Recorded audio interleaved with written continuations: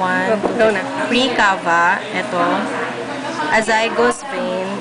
Nasa likod ng root of the lungs. Ayan. Napababa siya. Tapos, nagpa-branch sa kanya yung mga intercostal vein. Papunta sa ribs. And then, internal mammary vein ay nandito sa, yan, kadukto na yung Internal pre-cava. mammary vein. Tapos, once na nagpunta na siya dito sa mid-ventral line, like Tapos nag-split this. na siya. Nag-split Yun na siya, yung like this, ayan. superior. Ito yung superior epigastric vein. Superior epigastric vein. Then next. Thank you. Next, TY, brachiocephalic vein ay ito. Vertebral vein ay ito. Costoc cervical vein, di pa namin mahanap. Basta karugtong ng vertebral. Subclavian vein ay ito. Tapos axillary vein ay ito. Yung subscapular vein ay ito.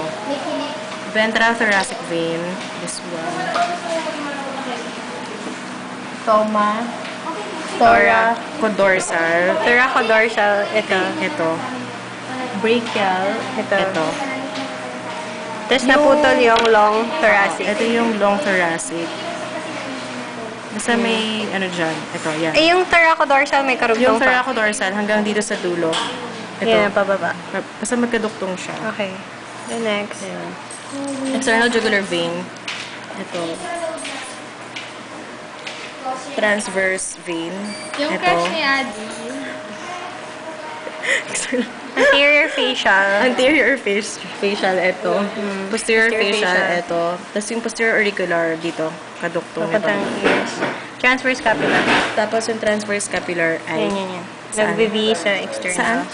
Ito. Saan yan? Ito. Ito. Yan. Kasama ba to?